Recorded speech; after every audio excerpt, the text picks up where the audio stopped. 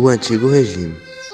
Com 28 milhões de habitantes, a França do final do século XVIII era o país mais populoso da Europa e também um dos mais injustos. Os franceses viviam sob o antigo regime, uma sociedade em que o clero e a nobreza tinham enormes privilégios e o rei se representava como representante de Deus na terra. Na França do antigo regime, a maioria da população vivia e trabalhava no campo, devido à baixa produtividade agrícola, a oferta de alimentos era pequena e seus preços altos. Como na década de 1780, as inundações e secas foram frequentes.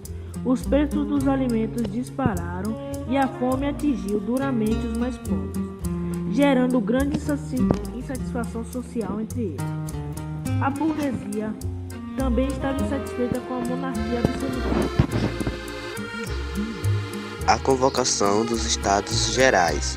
Gastando mais do que podia arrecadar, o governo de Luís XVI precisava de cada vez mais dinheiro para equilibrar suas contas, e ao mesmo tempo a fome e o desemprego aumentavam a insatisfação dos franceses.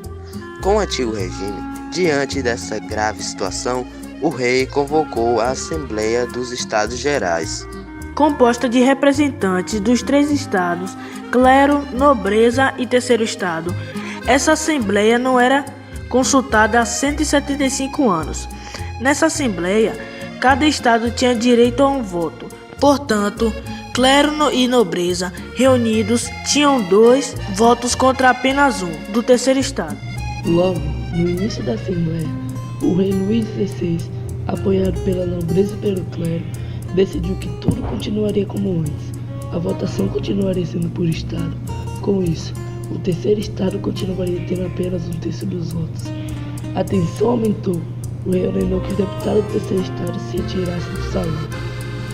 Um deputado do terceiro estado, de nome Mirabel, replicou: "Estamos aqui pela vontade do povo e só sairemos com a força das baionetas." Luís XVI então reagiu mandando fechar a sala de jogos onde os deputados se reuniam. Eles, então, invadiram a sala de jogos da Pela e lá juraram não se separar enquanto não tivesse elaborado a Constituição para a França. Os deputados do terceiro estado declararam-se em Assembleia Nacional com o objetivo de criar uma Constituição para a França. No dia 14 de julho de 1789, assim que se espalhou a notícia que o rei mandaria reprimir a Assembleia, populares da cidade de Paris saíram às ruas saqueando depósitos de armas e de alimentos, com apoio de soldados do exército. Invadiram e tomaram a Bastilha, prisão símbolo do absolutismo. Com a chegada da notícia da queda da Bastilha ao interior, os camponeses passaram a invadir o castelo e a pôr fogo nos registros de suas dívidas e nos documentos envolvendo cobrança de impostos. Pressionadas pelo avanço da revolução na cidade e no campo, em 4 de agosto de 1789, a Assembleia Nacional Constituinte aboliu a servidão, os dízimos e os privilégios do clero e da nobreza, pondo fim ao que restava do feudalismo da França. No dia 26 de agosto de 1789, a Assembleia aprovou a Declaração dos Direitos do Homem e do Cidadão, reconhecendo o direito de todos à liberdade, à segurança, à propriedade, à igualdade perante a lei e resistir a qualquer tipo de opressão. Logo depois, um documento aprovado pela Assembleia confiscou os bens da Igreja. Os membros do alto clero reagiram ao documento fugindo da França, acompanhados de milhares de nobres e levando consigo dinheiro e joias.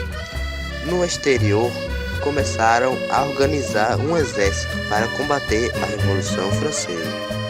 Em 1791, a Assembleia Nacional aprovou uma Constituição que incorporou a perda dos privilégios do clero e da nobreza, limitou o poder do rei constitucional e da monarquia. Além disso, só a Assembleia Nacional podia fazer e aprovar a lei. O rei já não tinha mais esse poder. Com isso, chegava a fim a monarquia absolutista na França. Outros privilégios, porém, foram criados. Por exemplo, o voto passou a ser cesintário, ou seja, somente os cidadãos que possuem uma certa renda podiam votar: camponeses, artesãos, operários e mulheres.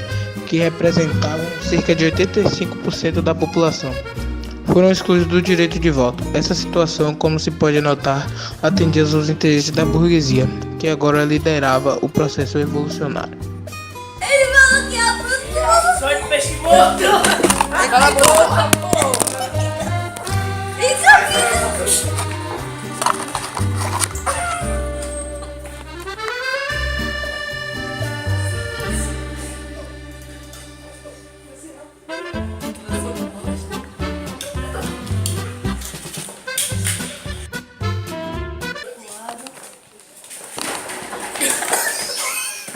Edina acabou de cair. Edina acabou de cair, cara.